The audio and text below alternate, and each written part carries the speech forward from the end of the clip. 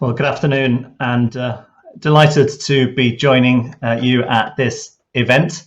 Let me just first of all introduce myself. As Claire said, Jonathan Chatfield, I'm the Head of Policy at Rail Delivery Group. And my background, just so that I think it's useful, bit of context before my sort of opening remarks. I joined the railway 30 years ago, nearly, so time-served railwayman. Initially joining British Railways Board as a graduate trainee, but then spending a few years doing various things with the train operator, like being a station manager in North London and also station manager at Cambridge. Then spent 12 years with Network Rail, doing a number of commercial roles. And then latterly, the last 7 or 8 years, I've been at Rail Delivery Group, where I am responsible for, in particular, freight policy. How do we get more freight from road onto rail, but also station strategy as well. So that's a bit of background for me. Today, what I'm going to run through in this 20-minute opening talk is a number of things. I'm going to start with looking at the recovery post-COVID, so the sort of landscape that we are recovering from the massive impact of the COVID pandemic. Then look a little bit about reform and the white paper for rail that is now out, and how that is likely to change the landscape within rail. I will touch on a bit of long-term planning and a thing called the Whole Industry Strategic Plan. Then a bit on funding and the regulatory settlement that we are just sort of kicking off and starting, the PR23 as it's called, Periodic Review 23. And then at the end, just finishing off a little bit about decarbonisation, because I know that's a theme that I think you will appreciate just spending a little bit of time on as well. And throughout, I'll give examples from the world of freight, because I was asked in particular to look at this from a sort of heavy freight perspective, but also we'll draw on a few examples of stations as well. So hopefully there'll be some things there for you to get your teeth into as we run through. Let me start then by just running to the first slide, which shows us the long-term impact that we are having currently with COVID. So we've seen a bounce back. We are up to sort of around 50% in terms of passenger numbers at the moment. And clearly, we are expecting there to be some sort of real shifts in the markets, and we're already seeing that. So the business travel, I think, is coming back and will come back. But what we don't want is a road-based recovery. I mean, I would say that, wouldn't I, working in the rail industry? I feel for all sorts of reasons, from congestion to pollution, environmental reasons, what we are looking to do is to recover post-COVID in a way that is sustainable, and that we can then make our contribution towards things like net zero by 2050. So there was a significant drop in the amount of freight that was being transported by rail. We saw construction traffic drop significantly, but also container traffic as well. Through the pandemic, freight in particular has continued to carry those essential goods that have been required. And the passenger market, clearly we've been able to carry the essential workers that have required to still travel during the pandemic. So I always like on these sort of occasions just to pay tribute to the staff that have carried on working through COVID in very difficult circumstances in order to keep both the passengers and the freight traffic moving. And you'll see as well too, because of the reduction in passenger numbers, to actually run freight over more direct routes, get some faster journey times, and also then to increase the length and the tonnage of the rail freight that we are travelling with. So there have been some positive benefits that certainly we in the rail freight sector have been able to respond to over this time, which is very encouraging. If I move on again then to look a little bit at some policy context. So first of all, to mention the white paper. So it's the William Shapps Plan for Rail that is out. It's been a couple of years in the build up to it, and we're very pleased that it's now arrived. One of the things mentioned in that is the 30-year strategy, which is the whole industry strategic plan. That's going to provide, as I put on the slide here, a clear long-term plan for transforming the railways. Other bits of kind of policy backdrop and context, the levelling up agenda you will be familiar with in terms of rebalancing the economy. We've got the integrated rail plan that we are expecting for the Midlands and the North. And then the transport decarbonisation plan, which I've got a slide on a little bit later on, but that came out yesterday, and really pleased to see that. It shows how ORR will be dealing with their funding and outputs for the 5-year control period that's to come. And with the government spending review, obviously we are expecting, as I said, finances are tight, and the collaboration and partnership working is absolutely fundamental for us to carry on with that. If I could have the next slide, please. So I did say that I would just give some real life examples on the 9% that are currently moved by rail. We believe that we can push that up, and it's absolutely right and proper from an environmental perspective for us to do that. And just bringing to life what's in those containers that you often see on the rail network. You know, it is not just the containers, it's the things within those containers. It's the wine, it's the water, the clothes, parts of cars, all sorts of things that we are transporting. Next slide, please. We've done a bit of work within Rail Delivery Group where we have looked at the positive benefits that come from rail freight and the productivity benefits that come from that. And really, it's very much playing its part in the wider infrastructure of the nation. Ability actually is incredibly good. And there's a very positive environmental impact and a positive story, which with the transport decarbonisation plan that I'm going to come to is something that we are very keen to publicise and to celebrate. Next slide, please.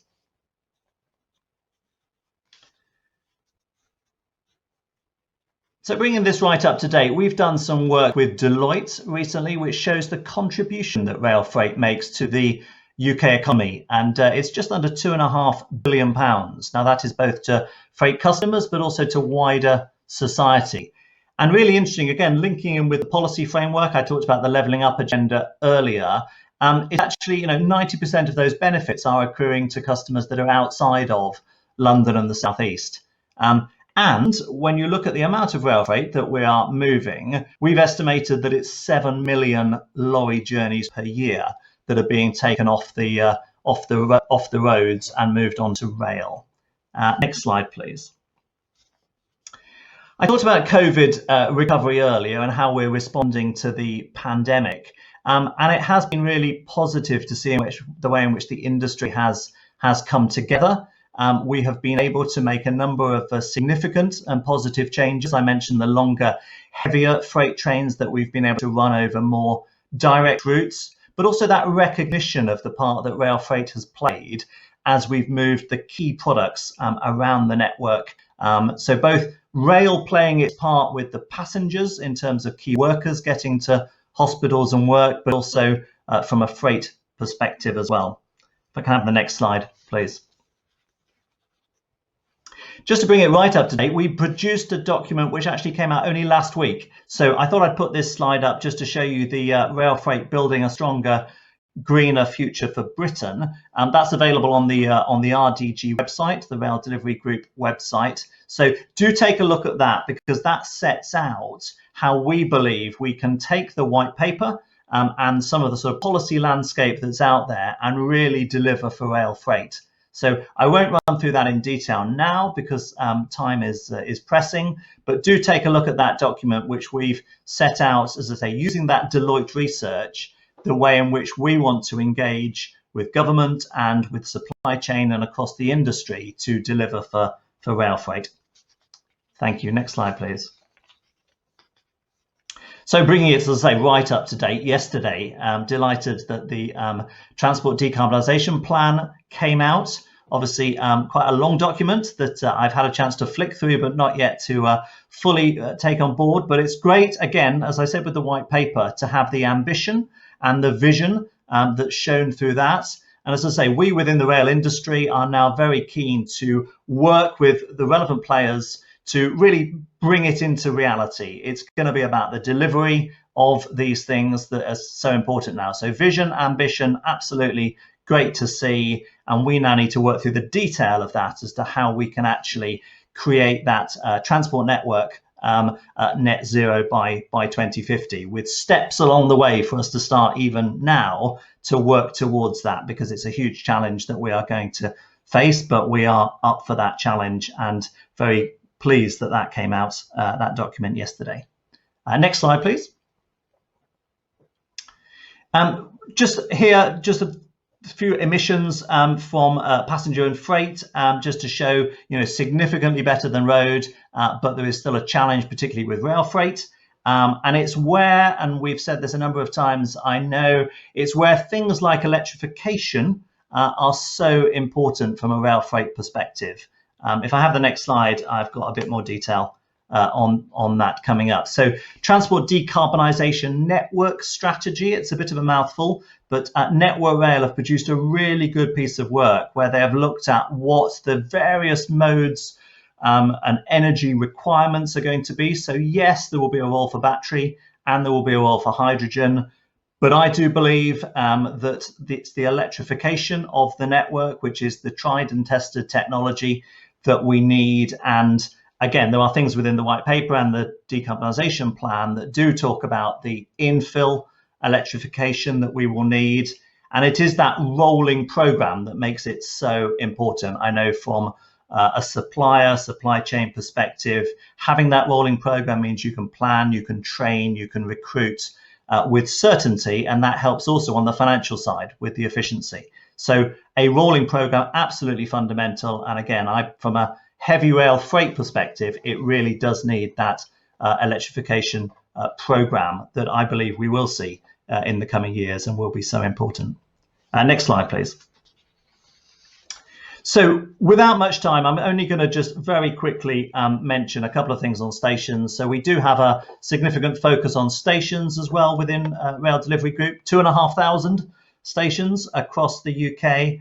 And we have a station strategy group that brings the industry together, Network Rail, train operators and government, looking at, as it says on this slide, the strategy, operational aspects, and then customer focus of stations.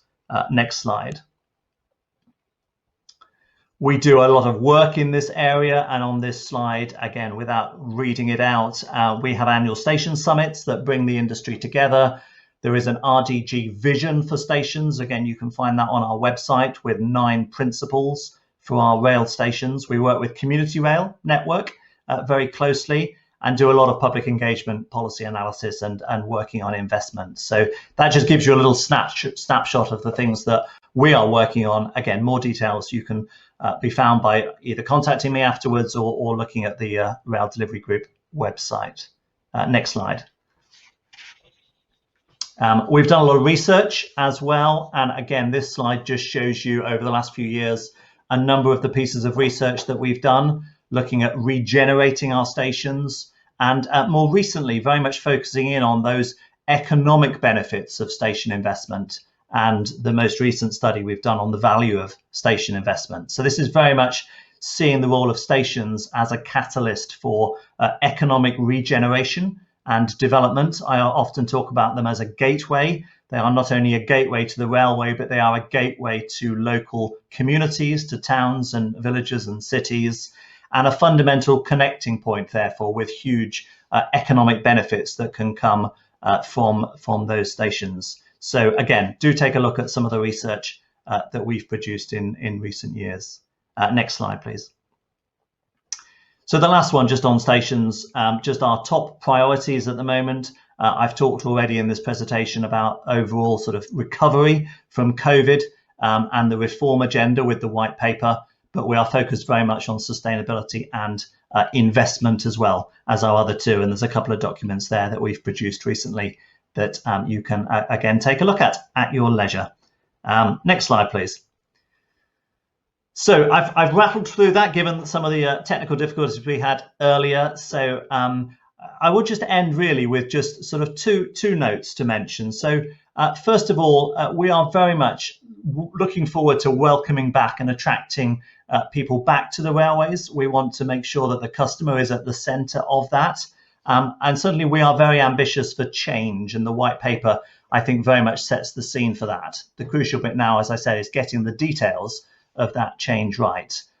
Do believe that we need to have a reform of the fare structure, making it simple and value for money. And we need a framework that continues to build on the benefits that are gained from private sector investment, as well as clearly working in partnership with the public sector. And the Great British Railways, the transition team that's up and running now, I think will be very important that we engage, as we are doing with them, and as they then look to create that new structure, holding both the track and the train operators to account.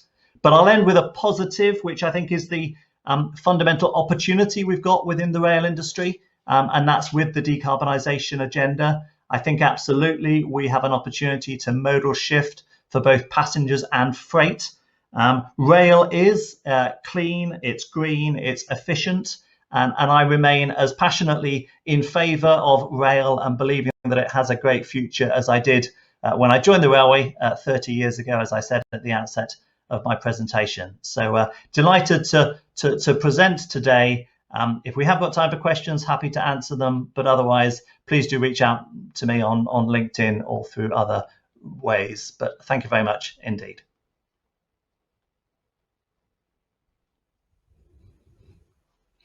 Thank you for joining us today, Jonathan, and sorry about those technical hitches in your presentation. We just waited some questions to come in from delegates, but while they're posting those, I've got a few of my own that I'd like to put to you. I'd like to ask you about what your reaction is to the transport decarbonisation plan. What do you think actually needs to happen now to put that into action? Yeah, so as I said in my sort of opening remarks, I mean, I think it's great that it's now come out and has been published, because these are really important milestones, really, and statements coming out from government. I think they set a very ambitious agenda in terms of where we need to get to. So I think the reality now is going to be, how do we adopt that vision and turn it into reality? I think there are some practical things that we can start with straight away. There are some technologies I mentioned about things like electrification and the sort of rolling program of electrification, and some of the what we call infill electrification, where actually it might not be a significant, many kilometers of electrification. There may be sort of small parts that we've identified that by actually electrifying little bits of the network, you can actually link up other bits of already electrified network and make the journey for freight, which often traverses the country, often from the south coast and the east coast across to the northeast, the northwest. There are elements where, with the right diversionary routes and a little bit of infill electrification, we could switch even more from diesel to electric, and that would have the positive environmental benefits. So it is about getting the detail right, but we're certainly standing ready to work with supply chain, with government and other players to make sure that we do, turn that vision into reality. And I think we can start today. So you mentioned at the start that you've had 30 years in the sector. The launch of Great British Railways has been flagged as being the biggest change in that period. How do you see that supporting the decarbonisation plan? How critical do you see that, and say linking up the gaps in the network and things that you mentioned just now? Yeah, so I think one of the recognitions of the last few years, there have been huge benefits, I think, of the last sort of 15, 20 years, a lot of a big increase in passenger numbers.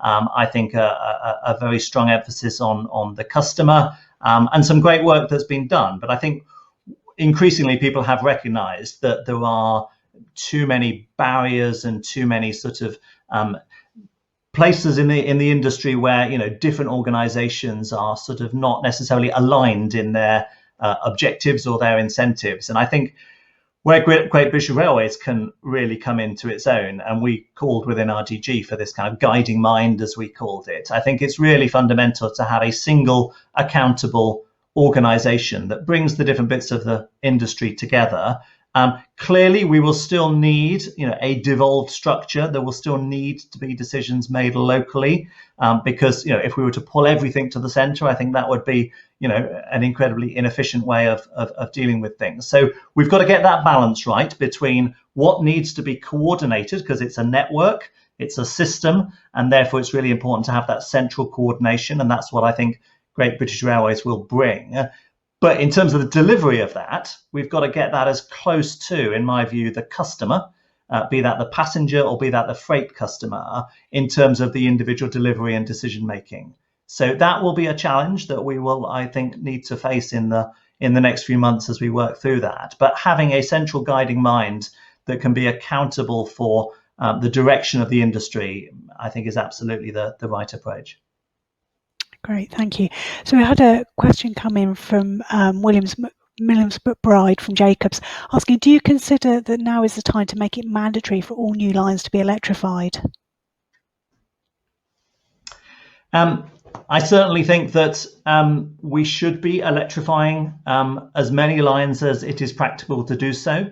I think I probably wouldn't go as far as say mandatory for every line. I think that clearly there may well be still some lines that are, I don't know, at the perimeters, if you like, where there may well be another technology that is more appropriate. There is investment, as people will know, going into hydrogen and going into battery power, and I think they have a part to play. But I think for the fundamental sort of network, if you like, of particularly a lot of the intercity, but also the freight network, I think absolutely electrification is the answer. It's the technology that is proven is there now.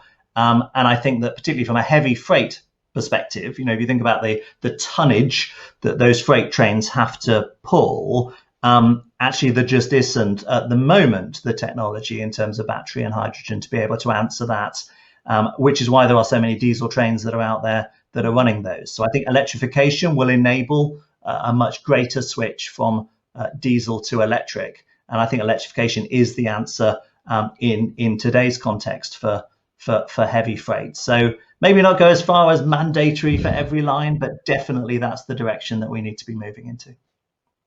So on the subject of hydrogen powertrains, Walter Chans asked, when do you expect hydrogen trains to actually arrive on our network? Well, I'm not an expert on that, but I know that there are trials and they are actually running today in terms of trialing that, particularly I think some of the previous kind of electric multiple units being switched over to trial with hydrogen. So it is happening now. I think it's having investment into it, and I think that there will be, as I say, a role for that. I think at the moment there is still a lot of technological advancement that we need, but yeah, they're up and running, and I think they have a part to play. I think from a heavy rail sort of freight perspective, as I say, I would still say that electrification is the one that we should be plumping for, because it's proven and it's the technology that's out there currently. So yes, hydrogen is going to have a part to play, and trials are up and running. Great. So I think we've got time for one more brief question. Someone's asked, to what extent can freight take gaps in capacity if passenger numbers are slow to recover? Yeah, great question. And absolutely, we've been able to see where that has happened in the last 18 months. So with passenger services being reduced, we have been able to run, as I said in my presentation, longer and heavier freight trains, but also over more direct routes. And they've been running significantly ahead of schedule, making very good time with excellent performance delivery as well. So there are definitely opportunities there. And I think what we were trying to do with the Deloitte research that I mentioned in my presentation is begin to look at what the value is of these respective paths, because it will vary around the network. There will be places where clearly it's absolutely right to run an enhanced passenger service and have additional frequency, but there will be other parts where actually the answer will be an additional freight path in that particular hour. So I think looking and being able to really understand your capacity constraints, but also the value of the respective passenger and freight paths means that we'll be able to get that right balance between the two. And I think there will be places where the right thing is to enable an additional freight service to run through, as I say, rather than a passenger. So it's horses for courses. It's being able to understand both the capacity constraints, but also the value of those paths. And I think that sort of partnership approach. I mean, within Rail Delivery Group, we have freight members and we have passenger members, as well as Network Rail. So we've been able to bring those different modes together to deal with often some tough issues to grapple with in terms of capacity. Okay. But definitely that's the answer. Okay, I think that's one of the areas where Great British Railways will really help. I think we'll have to leave it there for today. Thank you very much for joining us today, Jonathan. Now it's time to hand over to HS2 Minister Andrew Stevenson for an address on the future of the railway in a post-pandemic world. Andrew will also be taking questions at the end of his address, so please do post those in the chat box.